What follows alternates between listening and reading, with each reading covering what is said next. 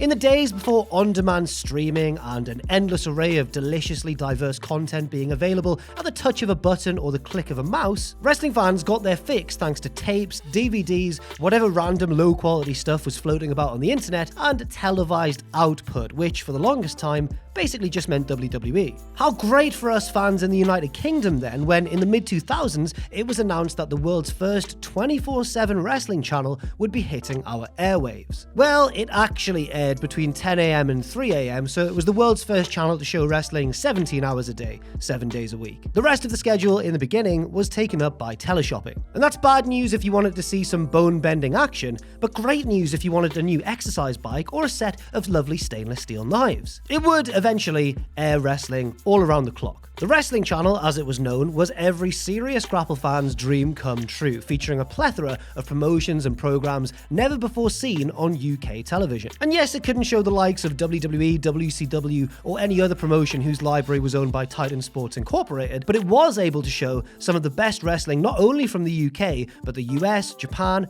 and beyond. So how did such a magical channel come about? Who were the people behind it? And how was it able to show such a varied amount of programming? Was it a success? How did it change over time, and why eventually did it come to an end? Well, my name is Jack from Cultaholic, and this is the true story of the Wrestling Channel. Join us.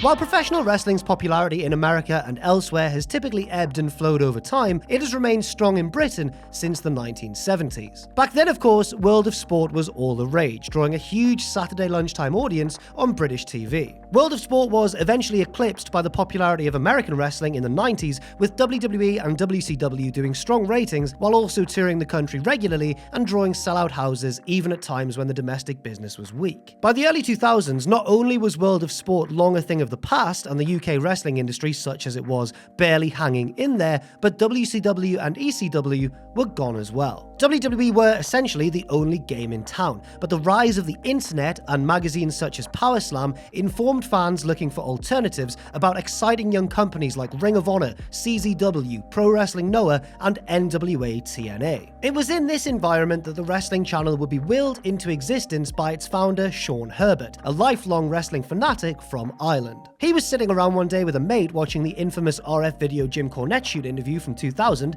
as we all have done, I'm sure, when he thought out loud, wouldn't it be cool if there was a wrestling channel that showed loads of different wrestling from different places, like all day? Pipe dreams, we all have them, but Herbert decided he was actually going to give it a go. After all, what was there to lose? So the next day, he called the folks at Sky Television, not some special designated number for creating new channels or anything, just a generic one posted on their website, and eventually was put through to the right people. He basically asked the digital TV giant what he needed to do in order to launch a new channel. See, back in those halcyon days, a niche television station was still very much a viable enterprise. That's because there was a lack of competition from the internet and a few hundred less TV channels to choose from as well. Of course, getting a channel on air wasn't as easy as just kindly asking someone from Sky a few questions. There were costs involved as well, including buying technical stuff like a transponder capacity and an EPG listing, as well as other overheads such as, staff, and a budget to get the necessary footage. All told, the startup costs for the first year were upwards of £800,000, which wasn't just lying around in a jar or anything. Undeterred, Sean began approaching companies for financing, as well as reaching out to promotions around the world in order to get agreements, mostly in principle, to use their footage. How did he get the numbers for the people who owned said footage? Once again, your trusty friend, the internet, had most of them listed on company websites. Some of those approached were skeptical because, this is wrestling, and everything's a work, brother, so they weren't sure what to make of some Irish guy asking for their tapes to show on some mythical hypothetical channel dedicated solely to wrestling. There was even a deal reached for the channel to air ECW footage, which was then owned by a company based in California called Power Sports, before WWE officially purchased the library. After around 8 months of the idea being in something of a limbo stage, in late 2003, Dolphin Television, an airtime sales house based in London that sold advertising for other niche stations, decided to launch the station, encouraged by the ratings WWE were doing on subscription channel Sky Sports for even repeat programs often put in undesirable time slots. Dolphin Television would prove to be tremendously helpful in setting up and eventually maintaining and running the wrestling channel through good times and bad. But they weren't about to make such a large investment right from the get-go. They wanted to trial some of this other, more obscure wrestling content just to see how it did, and scheduled a pre-launch test transmission on an odd little channel called Friendly TV. Ooh, friends. And so, in the first week of December 2003, Friendly TV began airing blocks of wrestling content on weekday mornings and evenings, usually between 7 and 8,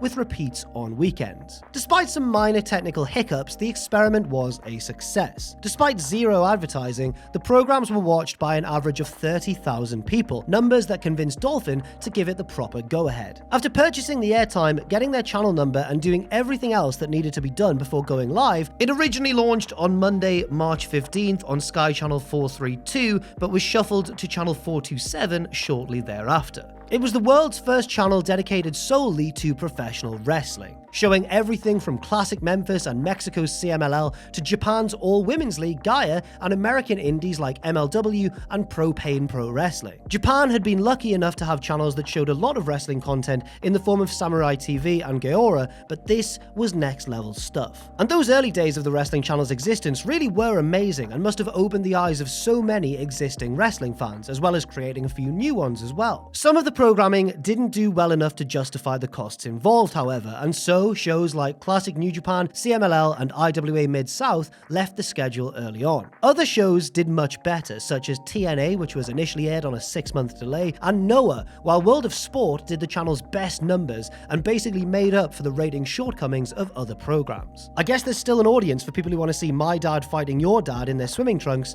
from the 80s. In June 2004, the Wrestling Channel began producing original content with The Bagpipe Report. This had interviews with wrestlers and could also talk about things currently going on in the business, as it was filmed on a Monday and aired on a Friday. Unfortunately, fun as it was for fans and those working in the Wrestling Channel offices in Dublin, the realities of actually running a TV station, especially such a niche TV station, soon became apparent. At the end of 2004, Dolphin disclosed that they had essentially lost about £1 million on the endeavour. Since a lot of the content was not delivering the ratings promised to advertisers, agreements had to be amended and schedules rejigged. The upshot was that the Wrestling Channel was then forced to operate at around 30% of its original budget going forwards. The channel was forced to revamp, and thankfully, ratings steadily improved over time. In the background, as all this was going on, the people behind the Wrestling Channel were also planning on running their own live wrestling shows, partnering with FWA champion and promoter Alex Shane for a major event at the Coventry Sky Dome. There had been ill-fated attempts to run major shows at the Sky Dome before, from the disastrous Wrestle Express to an FWA show in late 2004 that only drew half a house, but thankfully, the Wrestling Channel's International Showdown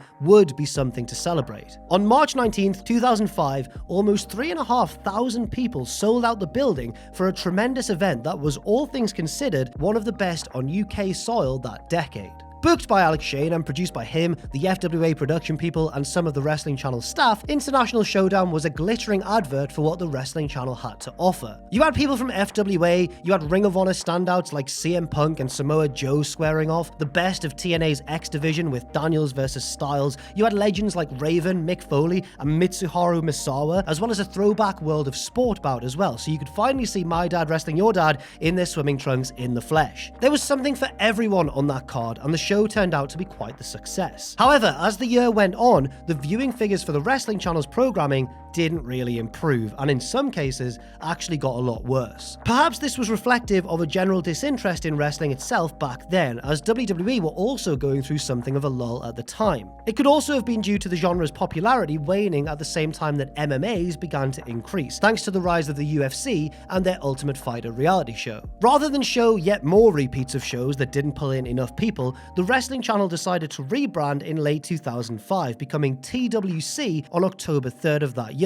and adding combat sports to the lineup. Now that wrestling was out of the actual title and mixed martial arts, boxing, and other forms of fighting were on offer, they tried to attract a bigger audience. By July of 2006, TWC was broadcasting 24/7, but they were no longer strictly the Wrestling Channel, as more and more other programming made its way onto the bill. On December 4th, 2006, TWC became TWC Fight, adding more MMA, kickboxing, and other sports that make me hurt just watching them. I am a fragile little boy. As well as adding more of that sort of stuff, they also lost the rights to air TNA, which was by that point being shown on a 1-week delay, because Jeff Jarrett and Dixie Carter decided to take it to the Bravo channel instead. It may have no longer been the wrestling channel, but really, I guess you have to cater to what the public wants sometimes, and the data suggested that they didn't really want to watch as much sports entertainment. In fact, they wanted real sports, damn it, and as TWC Fight, the channel went from bleeding money to breaking even and being self-sufficient, which for a channel of this size and scope is really all that could be hoped for at the end of the day. In late 2007, the Fight Network, which had been up and running for a few months in Canada, inquired about purchasing TWC Fight. Dolphin Television and other stakeholders quoted a figure. It was agreed upon, and TWC Fight became the Fight Network UK in January of 2008. It still aired the same basic programming as before, with some additions from the Fight Network's Canadian schedule, and the Dublin office handled the production, but the Fight Network now paid the bills and were liable. Which of course became an issue later on in that year, when the financial crisis happened and the recession hit. Suddenly, the Fight Network found it hard to fork out funds and started falling behind on their bills. With Sky and other companies not receiving money for their services for several months, the inevitable sadly happened. On December 1st, 2008, the Fight Network UK, formerly known as The Wrestling Channel, ceased transmission. These days, if you so desired, you could pretty easily curate your own eclectic program of wrestling content. Start off with something from New Japan World, then fire up the WWE Network. After that, get some random old matches up on YouTube, and well, you could do just about whatever you wanted, couldn't you? It's all there for us, nice and easy and ready to be absorbed. But it's not The Wrestling Channel, something that came about at a very specific point in time, free to all with a Sky subscription and a beacon for wrestling fans seeking something different and new. It was in existence for close to 5 years and morphed and changed considerably over that time, but how incredible that it was able to happen at all in the first place. And all in the end because a couple of mates were sat around watching a Jim Cornette shoot interview one day.